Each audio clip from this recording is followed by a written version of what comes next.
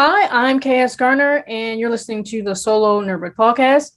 Today, I'll be speaking with the co-creators of Raze Comics, a horror and action adventure, Sam Willis and Tre Primm, here to promote the upcoming Kickstarter for the comic's 5th issue. Welcome, Sam. Welcome, Tre. Hey, thanks for having us. How's it going?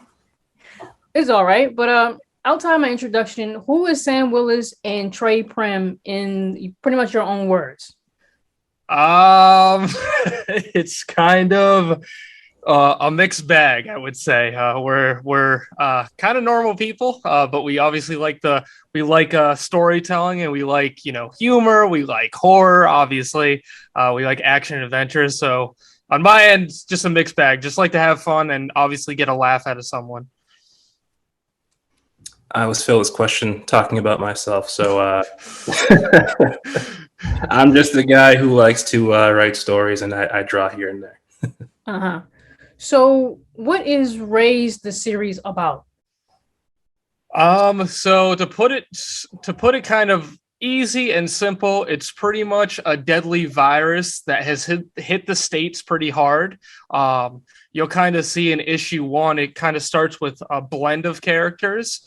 And one of our main characters is actually born with a rare condition, and you're going to kind of see how that plays out and the twists and turns that we're going to kind of go through in this story. Okay, so what should readers expect? I guess returning readers should expect in issue 5 that's coming up on the Kickstarter. I definitely think that this issue is definitely going to be it's going to be up there as a horror aspect of it. A lot of these issues, I would say issue 1 was very horror forward, and I would say 2 through 4 was very character centric. As you kind of go through the issues, we try to explain who these people are, what makes them tick, how they think. And I think issue 5 is just kind of coming out of the gate really strong and really fast. So can either of you elaborate on your creative process on Raze as a whole? So I guess whomever came up with the idea, it was just a thought in your head to working it out as a complete work, and then I guess finding each other, and what was your role as contributing to this collaborative effort for Raze the series? Sure, you want to take this one? Sure. So I guess the gist of it is we are very good at straying away from the point. We digress a lot. So it really was just one day we were hanging out and he had this idea, what if zombies could do X, And from there, we just kind of digressed from that one idea. And then it was like, all right, then we just kept adding another one, and another one, and another one. And eventually it digressed into what you see right now. And I'd say our process is still a lot of of that. We still have ideas that we kind of say, we stray from the point and say, all right, well, this would be good. This would be good. But I just say this, answer the question as simple as I can, is it's just a lot of bouncing ideas back and forward, So I guess how difficult, or if it was, the world building for Raze, how did you manage to create a world that is totally your own and integrate your influences in there, if there weren't any influences, but maintain that Raze is your guys' world and not someone else's? Especially it being this pandemic, epidemic type of theme, especially what we're living in now. And then, you have, I guess, there's TV shows and movies of the same thing. And like I said, I don't know where you all got your influences from, but how did you maintain that this is your world and not someone else's? Layers. It's a lot of layers to world building. That's what really differentiates one piece of work to me from another. So they can still be in the same genre, but how many layers do they have to that genre? What aspects of the little things is different from another story? I'd say our influences, as any other creator, they do take from a number of influences. So we were very big gamers when we first started this project. So a lot of the games and horror games and movies, we kind of inspired us to start it.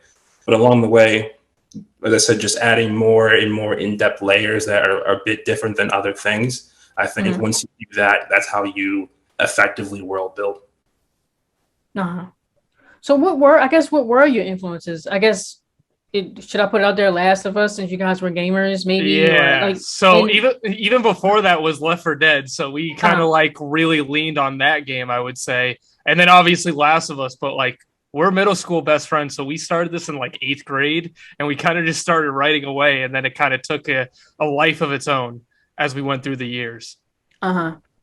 So I was looking at some of the previous issues on, I guess, Global Comics, and it's like all pretty much in like shades of like black and gray. So what was that decision made from? Is that like a financial decision? Was that more of just like an aesthetic thing, or maybe like a skill thing? Where did that come from? So that was kind of like a mix of both, I would say, because when we were going through this and like, issue 1 took a little bit to get off the ground at first. So we like originally we were planning on doing it in color, and then we saw it in color, and it kind of took away from the horror aspect because we wanted that to be kind of like the front and centerpiece of Raze. Like, yes, it can have romance, it can have mystery, it can have action and adventure, but it is a horror, story at the very core of it.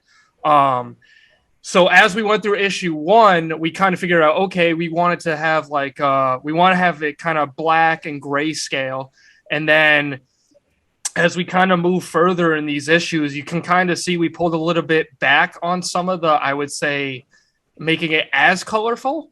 I know like for us, a big influence was always manga and like reading mangas growing up. So like when we were doing it, it's kind of like that was a big inspiration, and we're like, we can add these gray tones, but we didn't want to go overboard with it where it felt like it was still like in color, even though it was just gray. So we kind of wanted to do certain things that allowed us to go in the black and gray scale, but where it made sense. Issue 4 is one of my favorite visually that we've come out with thus far, just because, Trey killed it. He did most of the coloring. Like, there's a scene where there's a sick guy on the couch, and one of our characters, Ashley, just has like a flashlight, and you can like see the darkness in the room. Like, we wanted to paint like it's like 7, it's 6 or 7 o'clock. It's almost nighttime. The sun's going down. You can barely see in this room, and you can kind of see like the white flashes on the flashlight, so it's kind of like incorporating horror, but also not feeling like it has color. It has color when it's necessary, So I guess what advice could both of you offer to someone that you wish someone had told you when you first started? So it can be just in comics in general. It can be when you first started Raze issue 1 all the way till now. So like, what advice could you share for others? I guess my advice would be, don't overthink it. And most importantly, you just got to do it. A lot of times, as people who are first getting into things, we tend to overthink the steps it's going to take, and it has to be perfect, right out of the gate. The perfection and the skill comes in time. It's something you have to work at. It's something that we're still working at. People do come up to us and they ask, how do I get started? And a lot of times I'm just like, dude, I'm still kind of figuring this out myself, but it's definitely kind of a trial and error. And just the more you do it, the better you're going to get. And that's the best advice I can possibly give. Sam, what about you? Yeah, I mean, I would second that, and I would go to as far, and he's had to deal with this on his side, is like taking a breather, calming down. Like, it's gonna work out. It's not gonna be done overnight. Take it step by step, because like a lot of people don't realize, like, you'll skim through a book and you're not even realizing how many pages there are and how many months that it took to get someone to create that. I think it's day by day, like just, setting your daily goals or setting your weekly goals. Like, okay, I can do this week. I can do this next week. I can do this the week after, and really just taking it slow and not overwhelming yourself to the point where like, you're just gonna work yourself up into a corner. And I do that all the time. So I'm speaking from experience. You just got to sometimes breathe and be like, it's okay.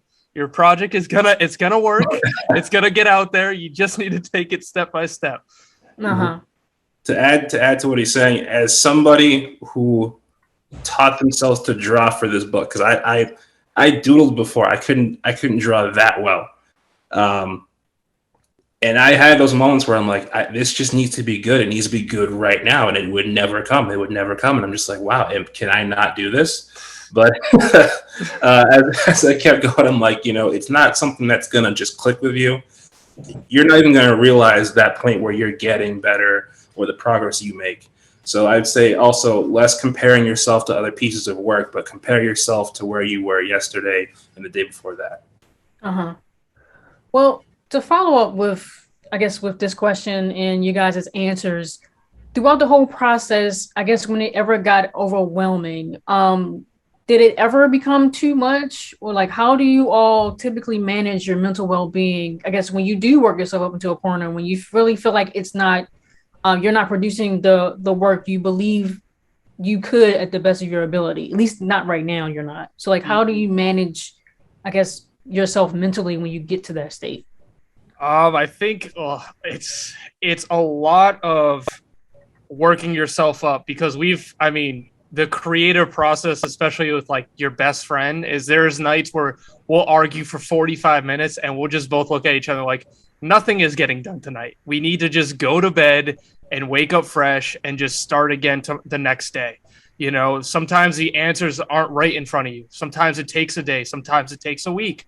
You just got to stay on course. I think that that's the best advice because we had problems on issue 1 because issue 1 that you see now, like it's something that it took us a long time to get to that point. Issue 1, we made an issue 1, we looked at it and we're like, yo, this sucks. And we're like, we're not putting this out.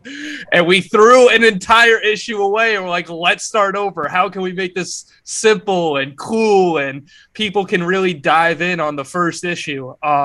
So it is sometimes like, yes, sometimes things happen for a reason. Sometimes you have to start over and realize, okay, we could do better or we can make something better.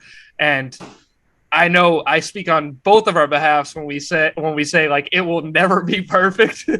Sometimes you just have to walk away and be like, okay, this is the best I can give. Or you're always going to go back like, I could have done this better. Or I could have done that better. And you're obviously going to be the own critic of your own art and your own story. But sometimes you just got to send it out to the public and just see how they react.